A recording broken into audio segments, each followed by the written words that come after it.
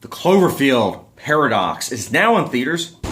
Just kidding, guys. It is actually streaming on Netflix. For those who don't know, there was the big drop, the Super Bowl with the TV spot for this film. And at the very end, it said, streaming on Netflix, right after the game. And I was like, that's brilliant marketing. Because before this TV spot dropped, there was no marketing at all. No pictures, no nothing. We didn't even know the name of the film.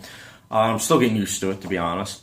And then it's like, boom, it's streaming later on tonight. So, haven't seen the film. This is the third entry in the film. And with the information you know based on TV spot, that's all I'm going to say. It takes place in outer space. Something happens. And this being the third entry with this predecessor, you have kind of high expectations because the predecessor, 10 Cloverfield Lane, was really good.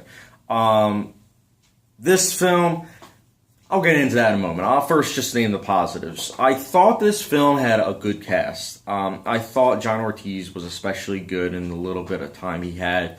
Daniel Bruhl from Rush was really good.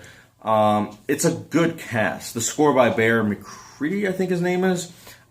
He composed the Outlander TV show. That's an incredible TV show with incredible score. And this film, he does a good job with it. He also composed the previous film, and that was a good score.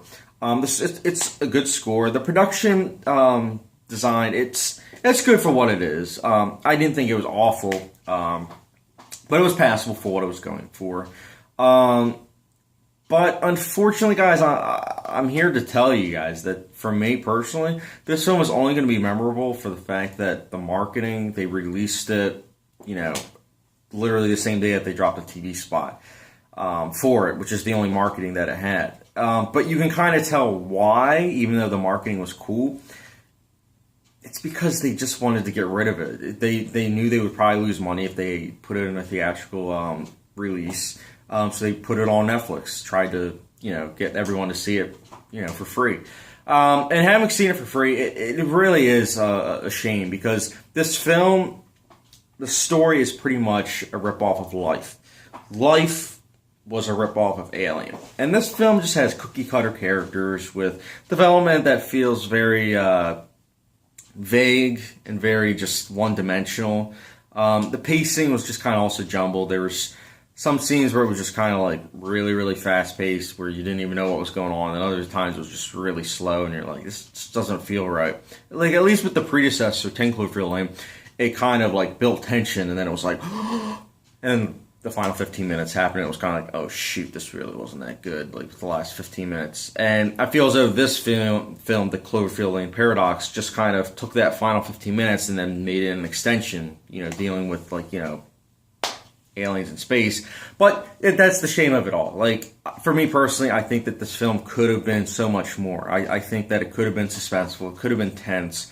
But instead, it just felt like a cash grab going in for that whole tie-in of Cloverfield. Like, it felt forced with the tie-ins. Some might say, no, it was warranted. But for me, it just didn't feel warranted. And I personally would be giving this movie a 2 out of 5 star rating. Honestly, I would give it a 1 out of 5, but with the marketing, I gotta give it more like props. That's why I'm giving it an extra 1 star. And like I said, I just think that this film, in order to break down everything wrong with it, it requires spoilers. But I don't want to do spoilers because, again, I feel as though this is the film where if you go into it knowing as little as possible, who knows, you might personally enjoy it. For me personally, the only thing I can really respect out of the film is the marketing technique. But, guys, if you saw the Cloverfield Paradox, let me know your thoughts in the comment section down below. And as always, guys, thank you very much for watching. And don't forget to hit that subscribe button. And I'll catch you guys later.